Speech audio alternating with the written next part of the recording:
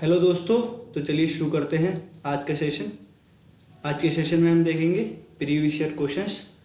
ये previous year question का part 6 है।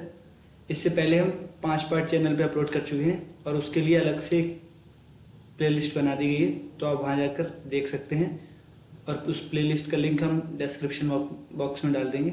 चलिए शुरू करते हैं।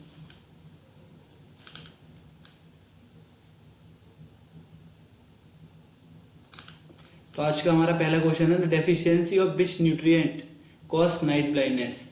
ठीक है, तो किस न्यूट्रिएंट की कमी से नाइट ब्लाइंडनेस का रोग होता है? तो आपके ऑप्शन है विटामिन के, बी ऑप्शन विटामिन सी, फिर है प्रोटीन या है विटामिन ए। तो आपका जो सही आंसर है वो है विटामिन ए। ठीक है, विटामिन ए की कमी से क्या होता है? नाइट ब्लाइंडनेस यानी रतौंधी होता है। ठीक है, इसकी कमी से एक रोग और होता है, वो होता है जेरोप्थेल्मिया। याद रखेंगे, जेरोप्थेल्मिया होता है इसकी कमी से। ठीक है, फिर रहता है विटामिन सी। अब विटामिन सी की कमी से कौन सा रोग होता है? तो उसकी कमी से होता है स्कर्वी। ठीक है, स्कर्वी होता है विटामिन सी की कमी से, याद रखेंगे।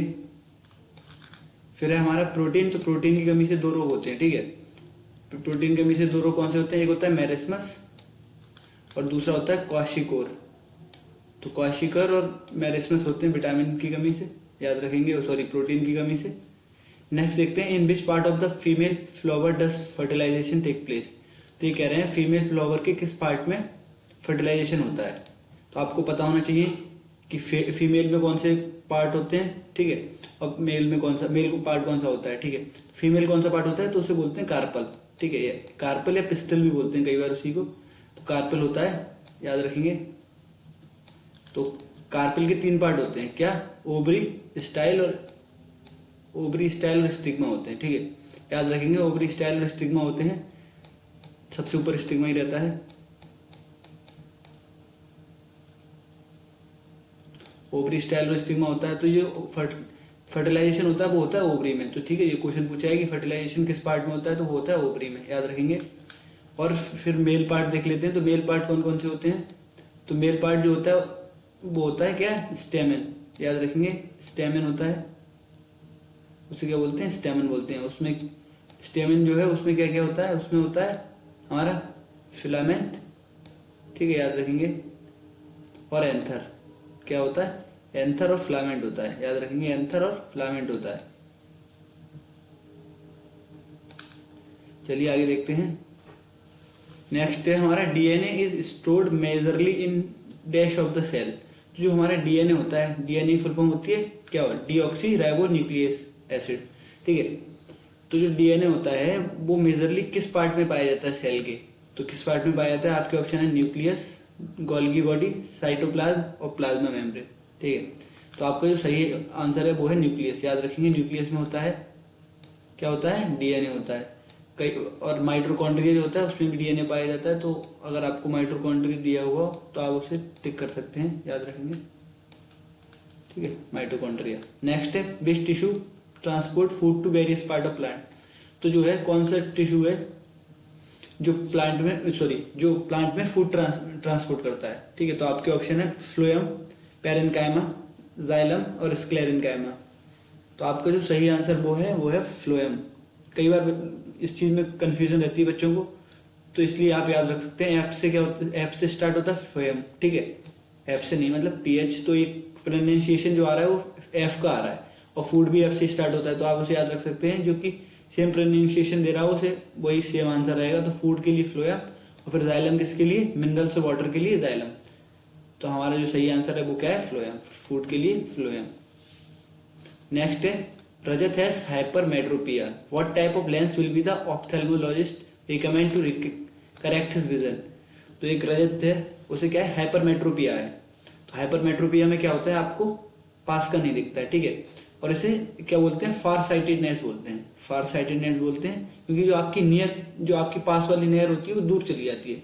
जितने पास का आप सबसे मिनिमम देख सकते हैं उससे वो आपसे आगे बढ़ जाती है, इसलिए इसे फार साइटेडनेस बोलते हैं। तो हाइपरमेट्रोपिया होता है तो कौन सा लेंस यूज करते हैं? तब लेंस यूज करते हैं कॉन्वेक्स। फिर दूसरा कौन सा होता है हाइपरमेट्रोपिया के अपोजिट? वो होता है मायोपिया। इसमें क्या होता है कि आपको दूर का नहीं दिखता है, इसका नहीं दिखता है, दूर का। ठीक है, तो ये जो मायोपिया है वो उसमें कौन सा यूज करते हैं? कॉनकेव। याद रखेंगे, उसमें कॉनकेव यूज करते हैं। और बाईफोकल का यूज किया जाता है जब आपको पास का और दूर के में दोनों में दिक्कत होती है, तब बाईफोकल यूज किया जाता है, याद रखेंगे। और कई बार पूछा जाता है कि जो एज के साथ एज के साथ जो कम हो जाता है वो कौन सा होता है, तो उसे भी हाइपरमेट्रोपिया ही कहते हैं। कई बार एज के साथ पास का दिखना बंद हो जाता है तो उसे भी हाइपरमेट्रोपिया कहते हैं, याद रखेंगे। नेक्स्ट है, विच of the following articles promote equal justice and free legal aid for all the citizen. तो जो संविधान का कौन सा आर्टिकल है जो कि इक्वल जस्टिस और फ्री लीगल एड, मतलब आपको फ्री में कानूनी सहायता मिलेगी, ऐसा लिखा है किस आर्टिकल में? आपके ऑप्शन है 39A, 32A, 40 और 44। ठीक है, तो आपका जो सही आंसर है वो कौन सा है? 39A, याद रखेंगे। 39A में क्या है? फ्री लीगल एड है। आर्टिकल 40 क्या कहता है? तो आर्टिकल 40 कहता है ऑर्गेनाइजेशन ऑफ पंचायत। किसका? ऑर्गेनाइजेशन ऑफ पंचायत कहता है आर्टिकल 40। आर्टिकल 44 क्या कहता है? तो ये कहता है यूनिफॉर्म सिविल कोड, याद रखेंगे, यूनिफॉर्म सिविल कोड। और यूनिफॉर्म सिविल कोड को कहते हैं समान नागरिक संहिता। तो सारे लोग क्या है? सेम है, उस मतलब धर्म से और उससे कोई मतलब नहीं, तो यूनिफॉर्म सिविल कोड है। भारत का इकलौता राज्य जहाँ यूनिफॉर्म सिविल कोड लगा हुआ है वो है क्या? हमारा गोवा, याद रखेंगे, गोवा है हमारा यहाँ पे लगा हुआ है यूनिफॉर्म सिविल कोड। नेक्स्ट देखते हैं, article dash of the constitution of India gives the election commission the power supervise election to the parliament and state legislator. ठीक है, तो कौन सा आर्टिकल है जो कि इलेक्शन कमिश्नर को पावर देता है कि वो इलेक्शन करा सके? किसके? पार्लियामेंट और स्टेट लेजिस्लेटर के। तो आपके ऑप्शन है 314, 324, 341 और 342। तो याद रखेंगे 324 सही आंसर है। ठीक है, तो कई बार पूछ लेते हैं कि कौन से आर्टिकल में लिखा है इलेक्शन कमीशन के बारे में, तो 324 में लिखा है, याद रखेंगे। नेक्स्ट है हमारा, who decide on the issue related to the disqualification of a member of Lok Sabha under 10th schedule. तो अगर कोई जो हमारा 10th शेड्यूल है ना, वो कब 10th शेड्यूल कब किया गया था? 1985 में। 1985 में किया गया था, कौन से अमेंडमेंट के थ्रू? तो ये किया गया था 51st। ठीक है, याद रखेंगे। और राजीव गांधी ने किया था। इसे कहते हैं 10th शेड्यूल को क्या कहते हैं? Anti defection law. मतलब अगर कोई भी अपनी पार्टी चेंज नहीं कर सकता है ऐसे, उसके लिए दो नियम होते हैं कि कम से कम दो तिहाई लोग अगर राजी हैं पार्टी छोड़ने को तो छोड़ सकते हैं। अगर आप ऐसे छोड़ेंगे तो आपकी जो है सदस्यता जो है, ठीक है, अगर आप मेंबर ऑफ पार्लियामेंट हैं या आप मेंबर ऑफ लेजिस्लेटिव असेंबली हैं तो आपकी जो सदस्यता है वो भंग कर दी जाएगी। तो उसको तो अगर कोई ऐसा करता है तो उसकी जो क्वालिटी मतलब उसकी जो सदस्यता है वो भंग कौन करेगा? अगर लोकसभा में है तो उसकी सदस्यता भंग जो करेगा वो करेगा स्पीकर। याद रखेंगे, लोकसभा स्पीकर भंग करता है। ठीक है, 10th शेड्यूल 1985 में जोड़ा था, एक 51st में, और राजीव गांधी ने इसे जोड़ा था, याद रखेंगे, एंटी डिफेक्शन लॉ कहते हैं। नेक्स्ट है, what is the term of the elected representative of a gram panchayat. जो ग्राम पंचायत में ग्राम प्रधान होते हैं ना, तो उनकी जो टर्म कितने साल की होती है? तो उनकी ऑप्शन है आपके 5 years, 2 years, 4 years या 3 years। तो हाल ही में पंचायत चुनाव होने वाले हैं तो इसलिए ये क्वेश्चन पूछा जा सकता है। तो इसका है 5 years, याद रखेंगे, 5 साल की होती है उनकी अवधि। नेक्स्ट है, which article of the constitution of India talks about the provision for impeachment of president of India. तो हमारे संविधान का कौन सा आर्टिकल बताता है किसके बारे में? इम्पीचमेंट, यानी अगर हमें राष्ट्रपति को हटाना है तो जो इम्पीचमेंट प्रोसेस है वो किस आर्टिकल में लिखी है? तो आपके ऑप्शन है आर्टिकल 53, आर्टिकल 61, आर्टिकल 63 और आर्टिकल 72। ठीक है, जो आपका सही आंसर है वो आर्टिकल 61, याद रखेंगे, आर्टिकल 61। तो आर्टिकल 72 में क्या लिखा है? तो आर्टिकल 72 में लिखा है किसके बारे में? पार्डनिंग पावर, यानी जो राष्ट्रपति होते हैं वो किसी की सजा कम कर सकते हैं, किसी को मृत्युदंड मिला हुआ है तो उसे भी माफ कर सकते हैं। तो ये पावर किसके पास है? आर्टिकल 72 में मतलब राष्ट्रपति के पास है। आर्टिकल 63 क्या कहता है? आर्टिकल 63 कहता है किसके बारे में? वाइस प्रेसिडेंट ऑफ इंडिया, मतलब इंडिया में एक वाइस प्रेसिडेंट होगा। और आर्टिकल 53 क्या कहता है? तो वो कहता है इंडिया में एक प्रेसिडेंट होगा, याद रखेंगे। नेक्स्ट है हमारा, विच of the following acid found in Apple. तो आपको बताना है कि इनमें से कौन सा एसिड एप्पल में पाया जाता है। तो ऑप्शन है malic acid, nitric acid, formic acid और सल्फ्यूरिक एसिड। तो याद रखेंगे इसका आंसर क्या है? मैलिक एसिड, याद रखेंगे, मैलिक एसिड पाया जाता है एप्पल में। फॉर्मिक एसिड किसमें पाया जाता है? तो ये पाया जाता है चींटी में, इसीलिए उसे उसका जो नेम है वो है फॉर्मिका, याद रखेंगे, फॉर्मिका इसीलिए है। और सल्फ्यूरिक एसिड को किंग ऑफ एसिड कहते हैं, याद रखेंगे। और नाइट्रिक एसिड का क्या है? HNO3, तो इसका फॉर्मूला है HNO3, याद रखेंगे, कई बार क्वेश्चन में फॉर्मूले पूछ लिए जाते हैं, HNO3। नेक्स्ट है, during photosynthesis green plants use energy from sunlight to synthesise dash from the carbon dioxide and water. तो जब फोटोसिंथेसिस होती है ना, फोटोसिंथेसिस क्या होती है आपको पता ही होगा, नॉर्मल सभी को पता होता है कि प्लांट जो खाना बनाने की प्रोसेस होती है उसे फोटोसिंथेसिस कहते हैं। तो जो प्लांट फोटोसिंथेसिस करते हैं तो उसके लिए कुछ चीज़ों की जरूरत होती है, जैसे कि कार्बन डाइऑक्साइड और वाटर। तो वो बनाते क्या है, तो वो क्या बनाते हैं, ग्लूकोज का निर्माण करते हैं। इसका ग्लूकोज का निर्माण करते हैं प्लांट जो है, वही पूछा है इन्होंने, इसका निर्माण करते हैं। तो आपका जो सही आंसर होगा वो होगा ग्लूकोज।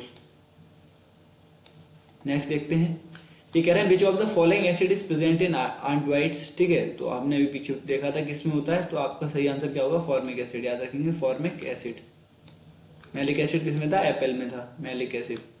डैश इन 2000, ये गलत है थोड़ा, ये क्वेश्चन इसी तरीके से पूछा था प्रीवियस ईयर में, 2025 है। इन 1025 AD who attacked and looted the famous Somnath temple. तो 1025 AD में किसने अटैक किया था, किसे, सोमनाथ टेम्पल को, और उसे लूटा था। ये किसने किया था, तो आपके ऑप्शन है मोहम्मद गौरी, महमूद गजनी, चंगेज खान और नादिर शाह।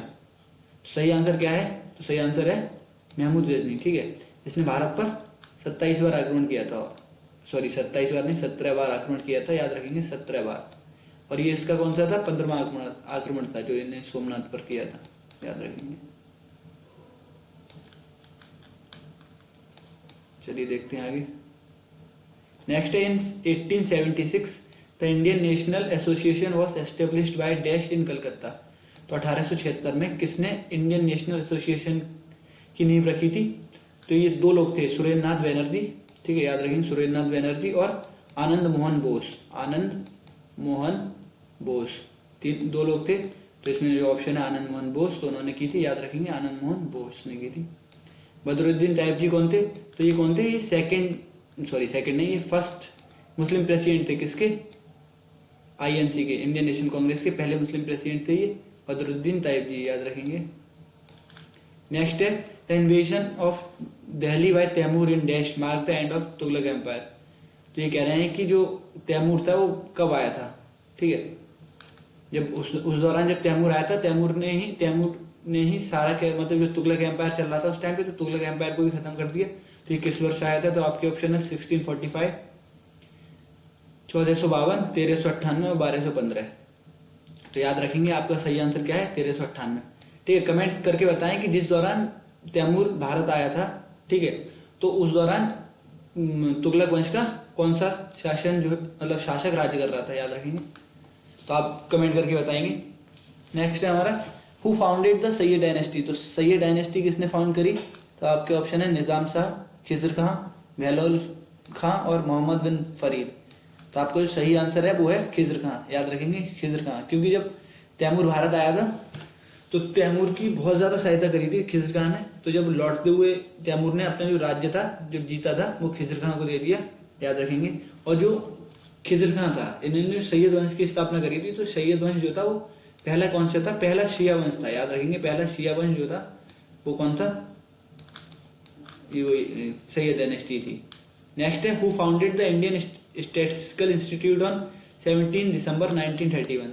तो जो इंडियन स्टैटिस्टिकल इंस्टीट्यूट था उसकी स्थापना किसने करी थी, तो आपके ऑप्शन है PC Mahalanobis, R A Fisher, F Yates और एम एच हैंसन। तो आपका जो सही आंसर है वो है पीएच महलनोबिस।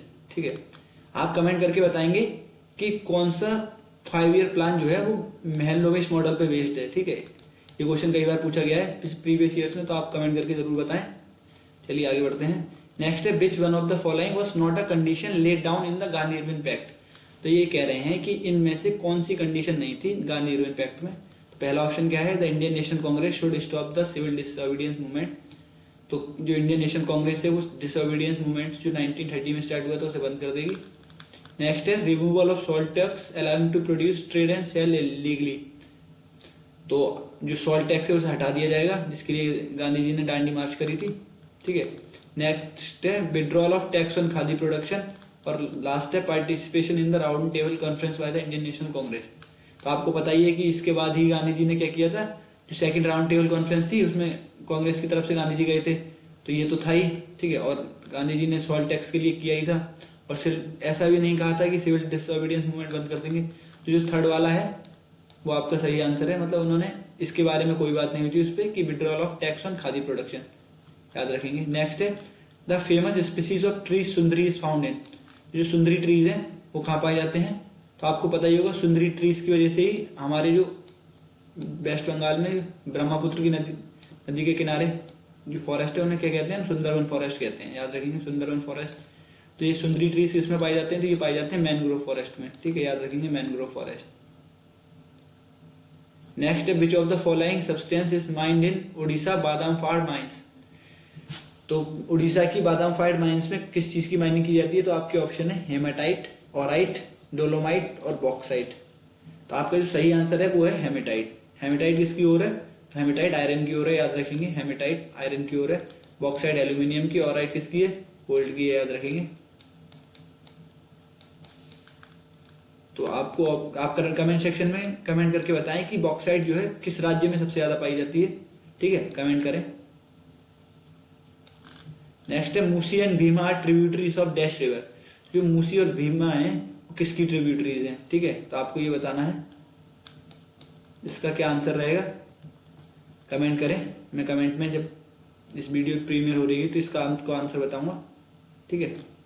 जैसे ब्रह्मपुत्र है हमारी, ब्रह्मपुत्र कहाँ से निकलती है, कावेरी कहाँ से निकलती है, ये सारी चीजें बहुत इंपॉर्टेंट है। कृष्णा कहाँ से निकलती है, महानदी कहाँ से निकलती है, कौन से राज्य में महानदी ज्यादा मतलब बहती है, ये सारी चीजें आपको पता होनी चाहिए, ठीक है, तो आप बताएंगे। नेक्स्ट है हमारा विच of the following biosphere reserve was the first established by government of India, तो इसमें से कौन सा जो रिजर्व है जिसे कि सबसे पहले एस्टेब्लिश किया था गवर्नमेंट ऑफ इंडिया ने? तो आपके ऑप्शन है क्या? सुंदरबन, गल्फ ऑफ मन्नार, नंदा देवी और नीलगिरी बायोस्फीयर रिजर्व, ठीक है। तो आपका जो सही आंसर है वो है नीलगिरी बायोस्फीयर रिजर्व, याद रखेंगे। ये सबसे पहले एस्टेब्लिश किया था और सबसे बड़ा पूछते हैं तो कौन सा है? तो वो है रन ऑफ कच्छ, याद रखेंगे रन ऑफ कच्छ है। ये कहाँ है? गुजरात में, याद रखेंगे गुजरात में है। और कई अभी हाल ही में क्या हुआ है कि जो यूनेस्को है उसने भारत का 12वां यूनेस्को रिजर्व को अपनी लिस्ट में शामिल किया है, मतलब भारत का बायोस्फीयर रिजर्व को यूनेस्को लिस्ट में शामिल किया है, तो वो है हमारा पन्ना, याद रखेंगे। पन्ना कहाँ है? तो पन्ना है मध्य प्रदेश में, ये 12th है। भारत में टोटल कितने हैं? तो टोटल भारत में कितने हैं बायोस्फीयर रिजर्व? 18 है, ठीक है, याद रखेंगे 18 बायोस्फीयर रिजर्व है। नेक्स्ट है name the passage which is used by the pilgrims in Uttarakhand for Kailash Mansarovar यात्रा, तो कौन सा पास है जिसका इस्तेमाल किया जाता है इनके द्वारा, श्रद्धालुओं के द्वारा, जब वो कैलाश मानसरोवर जाते हैं उत्तराखंड होके? तो याद रखेंगे, तो इसका आपके ऑप्शन है पेंसिला, खरदंगला, बनिहाल पास और लिपू लेक। तो सही आंसर क्या है? सही आंसर है लिपू लेक, याद रखेंगे, उत्तराखंड में है। और बनिहाल कहाँ है? तो बनिहाल दर्रा कहाँ है? ये है जम्मू कश्मीर में, याद रखेंगे जम्मू कश्मीर में। नेक्स्ट देखते हैं, ये लास्ट क्वेश्चन इस वीडियो का, the Nanda Devi peak is located in, जो नंदा देवी पीक है वो कहाँ लोकेटेड है, ठीक है। तो आपका ऑप्शन है सिक्किम, उत्तराखंड, जम्मू कश्मीर और आसाम, ठीक है। तो ये किस में है? उत्तराखंड में, याद रखेंगे नंदा देवी किस में है? उत्तराखंड में है। Thank you guys, thank you for watching, keep like share comment